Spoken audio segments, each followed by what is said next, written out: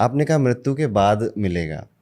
सो कईयों को तो शायद मुझे लगता है ना डिसिप्लिन में रखने के लिए बात बोली जाती है कि मृत्यु के बाद होगा ऐसा, ये मिलेगा, नर्क मिलेगा, स्वर्ग जी। मिलेगा। ये स्वर्ग और नर्क आपके अकॉर्डिंग क्या है? क्या ये इसी धरती पर है या इस धरती के परे की बात है? दोनों चीज़ है। आपने कर्म अच्छी नहीं की, आपको उसका भुगतान या भुगतना पड़ता है। आप जब एक होटल में जाते हो, रेस्टोरेंट में जाते हो, तो आपको पे करना पड़ेगा एट एनी कॉस्ट। आपने जो खाया है आपको उसको बिल देना पड़ेगा, चुकाना पड़ेगा। वो इस दुनिया में भी होता है। लेकिन कर्म का जो सर्कल है ना, जो श्री कृष्ण भगवत गीता में 18 अध्याय में यही सिखाया है।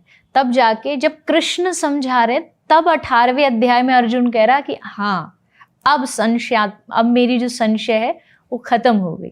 तो कर्म को समझना इतना आसान नहीं है। जैसे बहुत सारे लोग कहेंगे कि ये नरक स्वर्ग जो होता है ना, ये डराने के लिए है।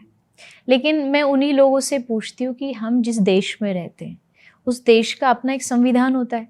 यहाँ एक कॉन्स्टिट्यूशन बनाया गया है, कुछ लॉज बनाए हैं, कुछ रूल्स हैं। अगर आप उन रूल्स को तोड़ते हो तो उसके अगेंस्ट आपके लिए एक दंड होता है। इतनी धारा है, ये जेल है, ये इतना, आपको इतने दिन जेल में रहना पड़ेगा।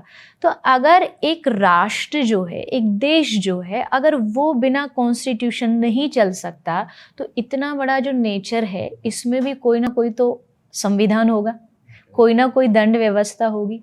तो वो जो दंड व्यवस्था है उसको हमने नर्क और स्वर्ग का नाम दे दिया है कि अगर आप रूल्स तोड़ते हो तो आप नर्क जाओगे,